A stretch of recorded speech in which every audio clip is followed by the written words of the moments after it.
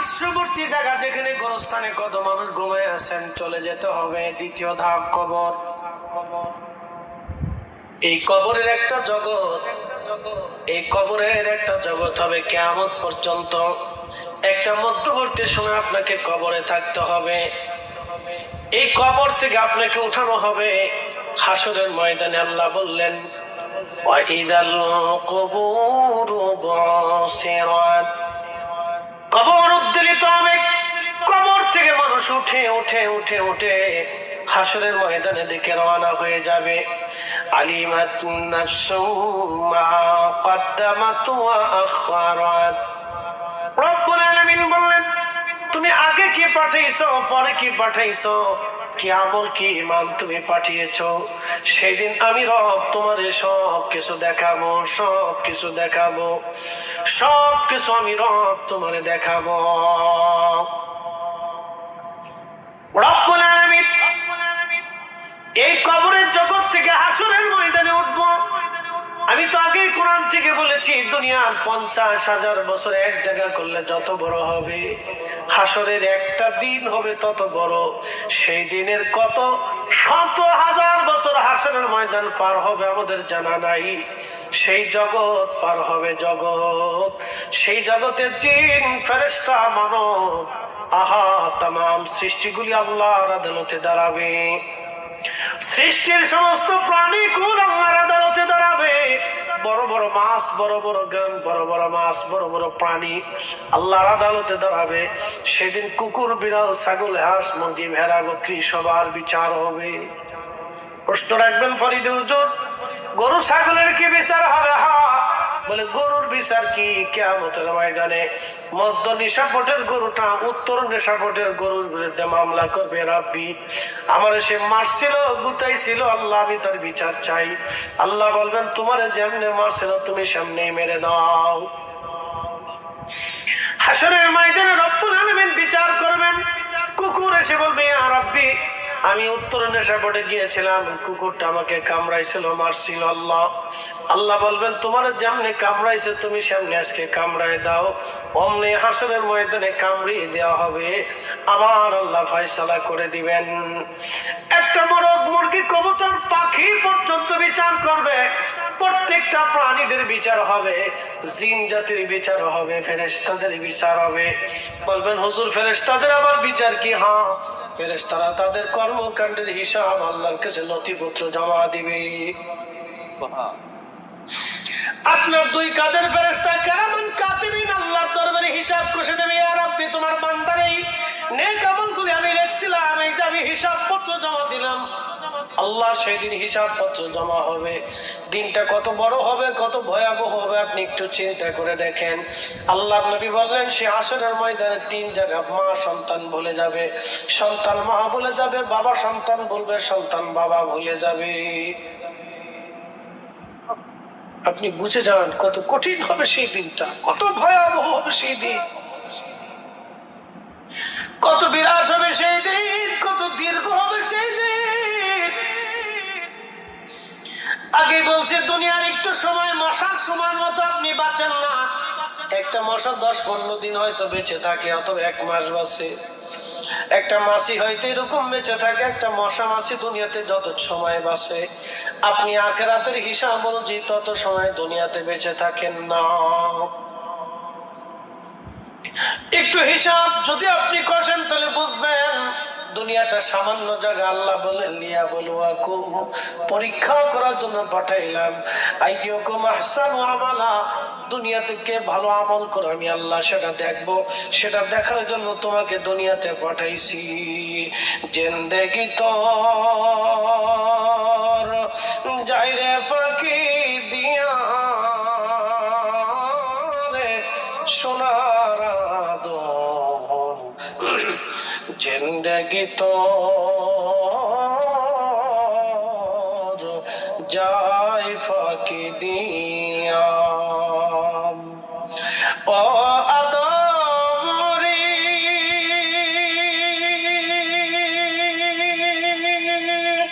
পাকে ধরিয়া গেছে দাড়ি, দন্ত মাসে গোটা চারি, সমন জারি গিয়াছে করিয়ারে সোনার আদম জিন্দেগি তো যাই ফাঁকি দিয়া।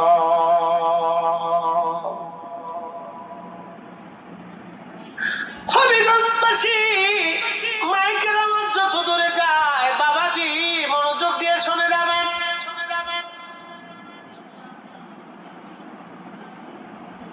আল্লাহ নবী রাসূল করিম সাল্লাল্লাহু আলাইহি সাল্লাম বলতেছেন আমার উম্মত হাসরটা কত বড় হবে। তিন জায়গা মানুষ মানুষকে ভুলে যাবে, কেউ কারো কথা মনে রাখবে না। এক নম্বর মিজানের পাল্লা, যখন কোটি কোটি মানব সন্তানকে কাতার করে দাঁড়া করানো হবে, আজ হিসাব মাপা হবে, নেকি মাপা হবে, কার কত নেকি হলো। সবার নেকগুলি বান্দার সামনে মাপার জন্য রেডি। ঠিক তখনই বান্দা মা সন্তান ভুলে যাবে, সন্তান মা ভুলে যাবে, কেউ কারো কথা ওই সময় মনে রাখবে না। সবার অধিক চিন্তা আজকে কেমন নেকের পাল্লা ভারী হয় নাকি গুনার পাল্লা ভারী হয়ে যায়। আজকে কি নেকের পাল্লা ভারী হয় নাকি গুনার পাল্লা ভারী হয়। সবাই চিন্তায় পেরেশানি, একেবারে এমন অবস্থা হয়ে যাবে যা বাঁচবেও না মরবেও না এমন হালত হবে।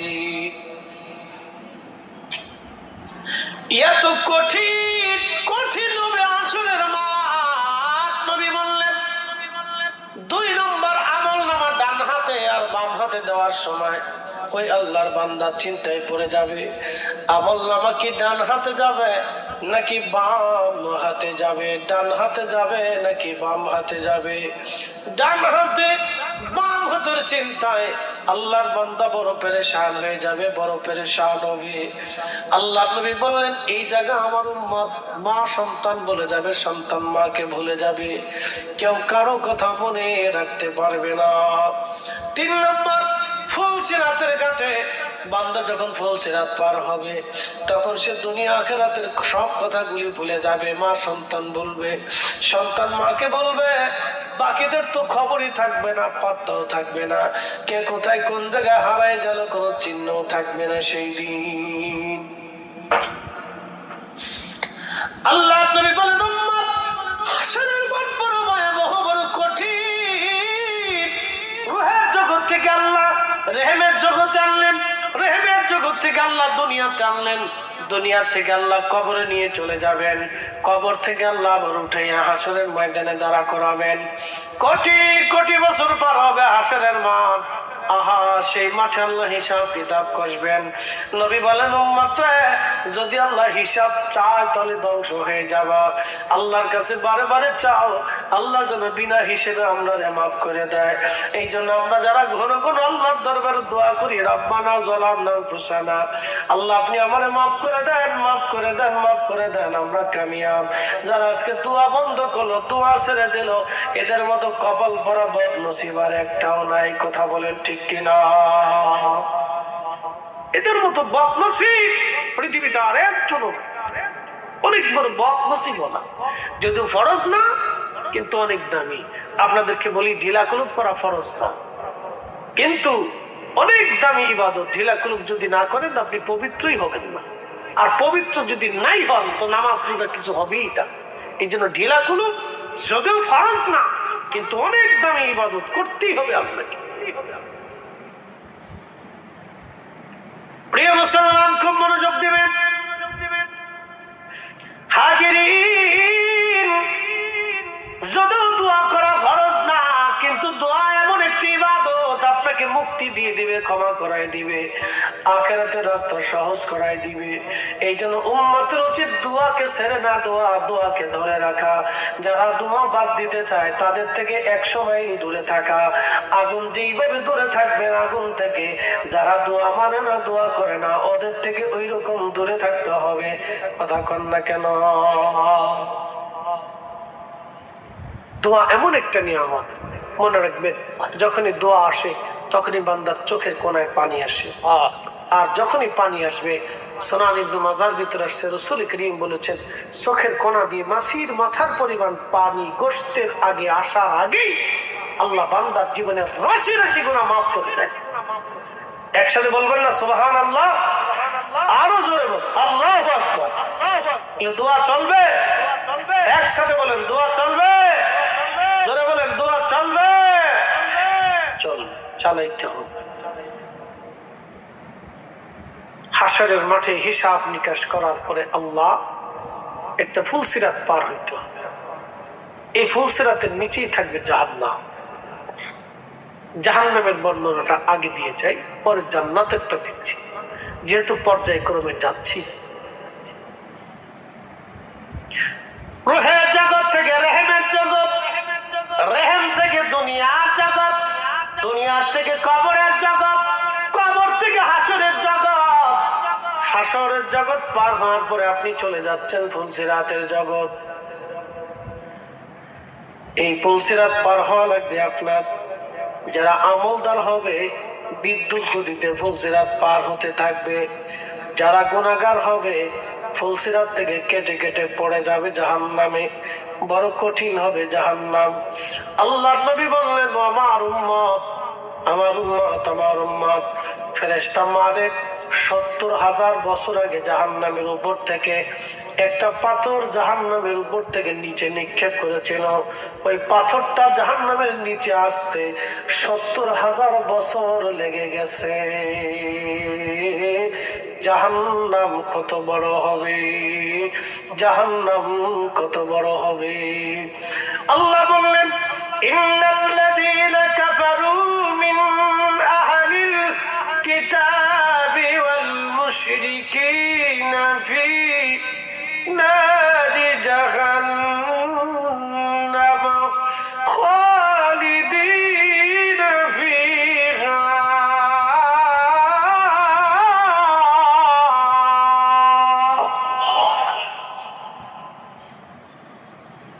আল্লাহ ৭টা জাহান্নাম বানিয়ে রাখছে। এই জাহান্নামের একটা জগৎ হবে, আপনি দুনিয়ার জগৎ যেমন দেখেন জাহান্নামের জগৎ আছে, কবরের জগৎ আছে, হাসরের জগৎ আছে, ফুলসিরাতের জগৎ আছে, জাহান্নামের জগৎ হবে। এই জাহান্নাম অত্যন্ত ভয়াবহ, অত্যন্ত ভয়াবহ হবে জাহান্নাম। জাহান্নামের ভিতরে আল্লাহ আগুন দিয়ে বান্দাকে শাস্তি দিবে।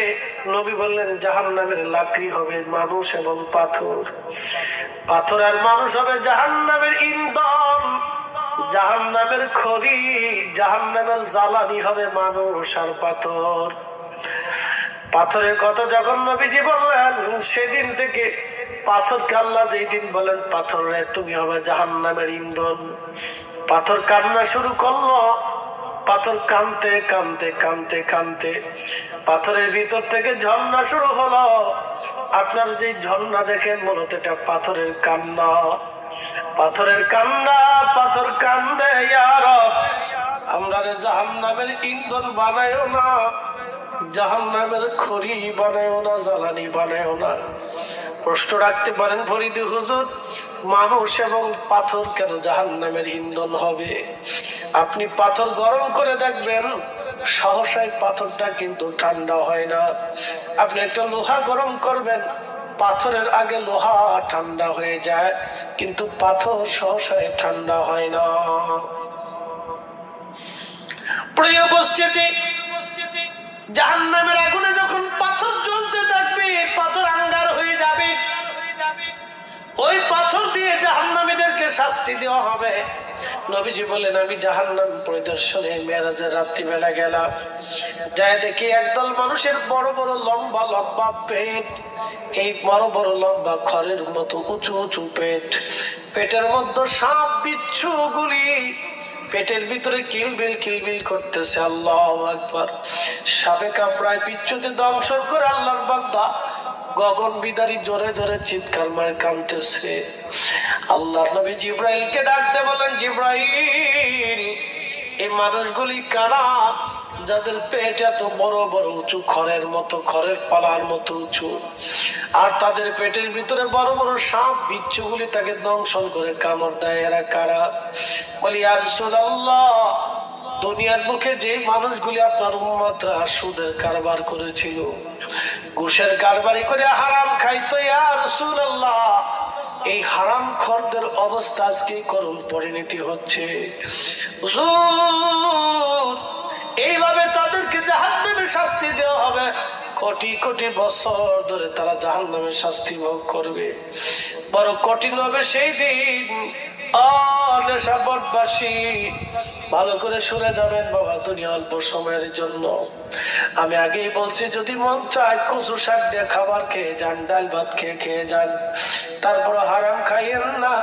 সুদের টাকা দিয়ে গরুর গোশত খাওয়ার চাইতে আপনি শুধু আলু ভর্তার ডাল দিয়ে খেয়ে বেঁচে যান, তাও ভালো বন্ধু, তাও ভালো। নতুবা কঠিন হবে, বড় ভয়াবহ হবে, বড় কঠিন হবে, বড় ভয়াবহ হবে। আল্লাহ রাসূল যা বলেছেন তাহা সত্য। নবী একটা কথা কোনোদিন মিথ্যা বলে নাই।